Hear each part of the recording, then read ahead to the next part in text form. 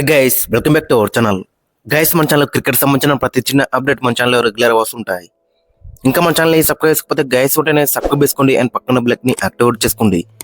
And అదే ఇంకా మా వీడియోని లైక్ చెప్తే గైస్ వెంటనే లైక్ చేసి మన వీడియోలోకి అయితే ఎంటర్ అవుదాం. గైస్ తప్పకుండా లైక్ చేయండి. లైక్ చేస్తే మన వీడియో మార్కెట్కి ఫాస్ట్ రీచ్ అవుతుంది. ఇక ఎల్ఎస్జీ యొక్క తుది జట్టు ఏ విధంగా ఉంటుంది అనేది మనం ఈ వీడియోలో అయితే చూద్దాం. వీళ్ళ యొక్క ఆక్షన్ ఏ విధంగా ఉంది, మరి ఇంకే ప్లేయర్స్ వస్తే బెట్టుండు సో అనేది అవన్నీ కూడా ఈ వీడియోలో అయితే చూద్దాం.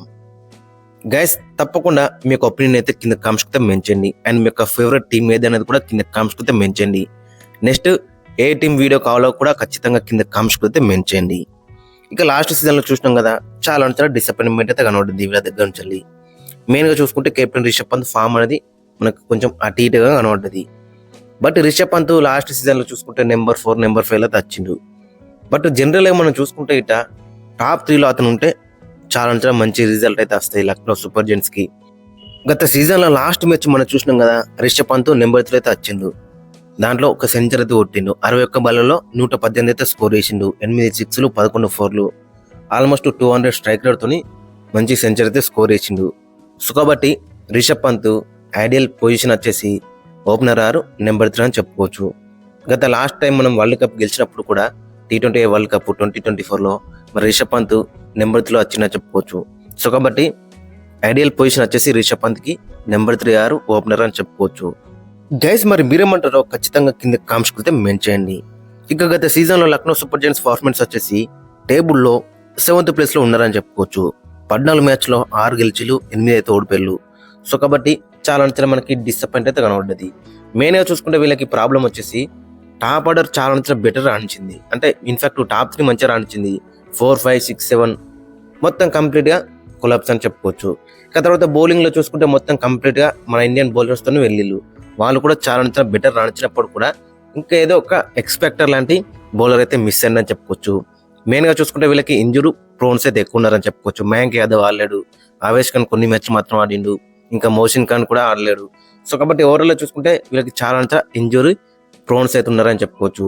అండ్ స్పిన్ డిపార్ట్మెంట్లో రవి బిష్ణోయ్ దగ్గర నుంచి కూడా పర్ఫార్మెన్స్ అయితే రాలేదు. అది కూడా వీళ్ళకి బిగ్గెస్ట్ డిసప్పాయింట్ అని చెప్పుకోవచ్చు. ఇక దిగ్గజ్ రాతి రూపంలో ఒక మంచి స్పిన్నర్ అయితే వీళ్ళకైతే దొరికిందని చెప్పుకోవచ్చు. సో అదొక్కటే వీళ్ళకి పాజిటివ్గా మనకైతే పడుతుంది గత సీజన్లో. అండ్ మెయిన్గా చూసుకుంటే వీళ్ళకి వచ్చేసి మెయిన్గా ఇప్పుడు చూసుకుంటే మళ్ళీ అదే సిచ్యువేషన్ కనబడే అవకాశం అయితే మనకి ఎక్కువ కనబడుతుంది. ఎందుకంటే మళ్ళీ టాప్ 4లో Aiden Markram, Mitchell Marsh, Rishabh Pant వీళ్ళే ఉండేటట్టు కనబడుతున్నారు. నికోలస్ పూరన్ వీళ్ళే 4 కనబడుతున్నారు టాప్ 4లో. ఇక తర్వాత మళ్ళీ బ్యాటింగ్ అయితే మనకి పెద్దగా అయితే కనబడతలేదు. ఈ ఆక్షన్లో కూడా వాళ్ళైతే పెద్దగా దాని మీద ఫోకస్ చేసినట్టయితే మనకైతే కనబడతలేదు. మరి రాబోయే సీజన్లో కూడా సేమ్ సిచ్యువేషన్ వీళ్ళకి ఎదురయ్యేటట్టయితే మనకైతే కనబడుతుంది. ఇక వీళ్ళు తీసుకున్న ప్లేయర్స్ వచ్చేసి ఆక్షన్లో హెన్రిక్ నోకెన్ తీసుకున్నారు. హెన్రిక్ నోకెన్ 2.2 crores తీసుకున్నారు ఆక్షన్లో. మరి ఇతను యూజువల్గా కాంబినేషన్లో ఉండడా అనేది కూడా ఇంట్రెస్టింగ్ గా నడుతుంది. ఒకవేళ అసరంగా ఆడిపిస్తే గిట్ట ఇతనికి ఛాన్స్ అయితే ఉండదు. ఒకవేళ ఇతను ఆడితే చాలా బెటర్ అయితే ఉంటుంది. ఎందుకంటే రెగ్యులర్గా 145 to 150 ఈజీగా క్లిక్ అయితే చేస్తాడు. ఒకటి మరి ప్లేయింగ్ లెవెల్లో ఉంటే బెటర్ అయితే ఉంటుంది. ఆల్రెడీ మన ఇండియన్ బౌలర్స్ టూ మచ్ ఉన్నారు అక్కడ. సో కాబట్టి మరి ఇతనికి ప్లేస్ ఉంటుందా ఉండదా అనేది కూడా ఇంట్రెస్టింగ్ క్వశ్చన్ అయితే కనబడుతుంది.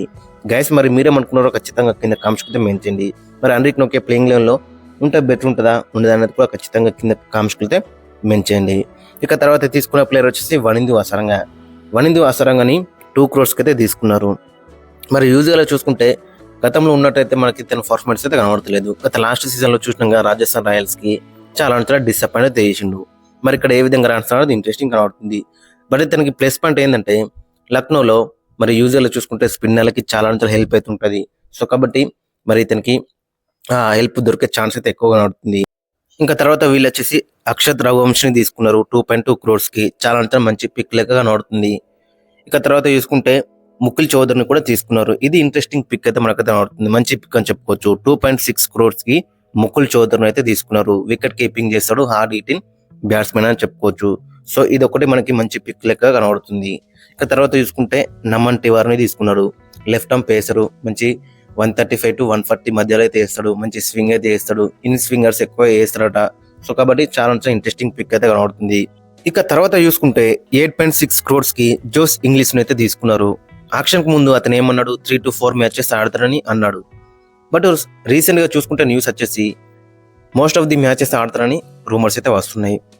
బట్ ఒకవేళ ఇటు అందుబాటులో ఉన్నా అని ఇతనికి ప్లేయింగ్ లెవెల్లో ఛాన్స్ ఉంటుందా ఉండదా అనేది కూడా ఇంట్రెస్టింగ్ కనబడుతుంది. ఎందుకంటే ఆల్రెడీ టాప్ 3లోనే ముగ్గురు ఫారినర్స్ అయితే కనబడుతున్నారు. ఇక ఫైనల్గా వీళ్ళ యొక్క స్క్వాడ్ ఒకసారి మనం చూసుకుంటే ఈ స్క్వాడ్ మొత్తం చూస్తే మనకి అర్థమవుతుంది మరి కాంబినేషన్ ఏ విధంగా ఉంటుంది అన్నది. ఇక బ్యాటర్స్ వచ్చేసి అబ్దుల్ సమద్, మ్యాథ్యూ బ్రెజ్కి, హిమత్ సింగ్, అక్షత్ రఘువంశీ. ఇక వికెట్ కీపర్స్ వచ్చేసి Rishabh Pant, Nicholas Pooran, Mukul Choudhary, Jos Inglis. ఇక ఆల్రౌండర్స్ వచ్చేసి Ayush Badoni, Aiden Markram, Mitchell Marsh, Shahbaz Ahmed, Arshin Kulkarni, Arjun Tendulkar and Wanindu Hasaranga. ఇక ఫాస్ట్ బౌలర్స్ వచ్చేసి మయాంక్ యాదవ్, ఆవేష్ ఖాన్, మోషిన్ ఖాన్, ప్రిన్స్ యాదవ్, ఆకాష్ సింగ్, మొహమ్మద్ షమ్మి, నమన్ తివారీ అండ్ అన్రిక్ నోకియా. ఇక ప్యూర్ స్పిన్నర్స్ వచ్చేసి దిగ్వేష్ రాతి అండ్ మణిమరన్ సిద్ధార్థ్ అని చెప్పుకోవచ్చు.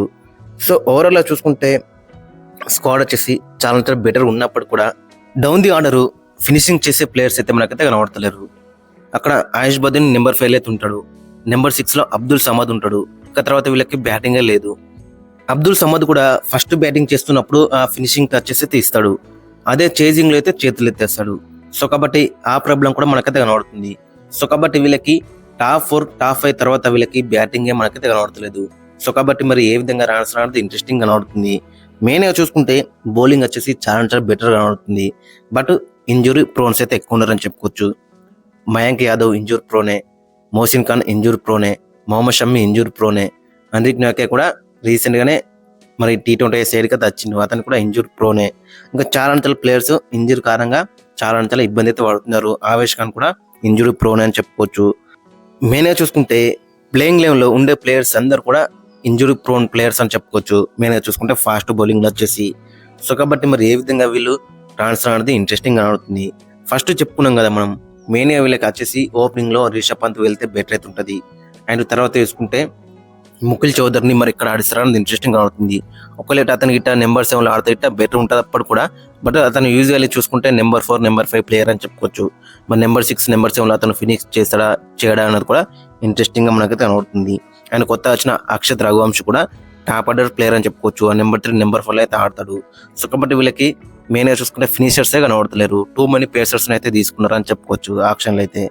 అదే ఒక మంచి ఫినిషర్ని డౌన్ ది ఆర్డర్ బ్యాటింగ్ చేసే బ్యాటర్ని తీసుకుంటే కొంచెం సిచ్యువేషన్ అనేది డిఫరెంట్ అయితే ఉండదు. బట్ స్క్వాడ్లో మనకి ఆ ఫినిషర్స్ అయితే కనబడట్లేరు.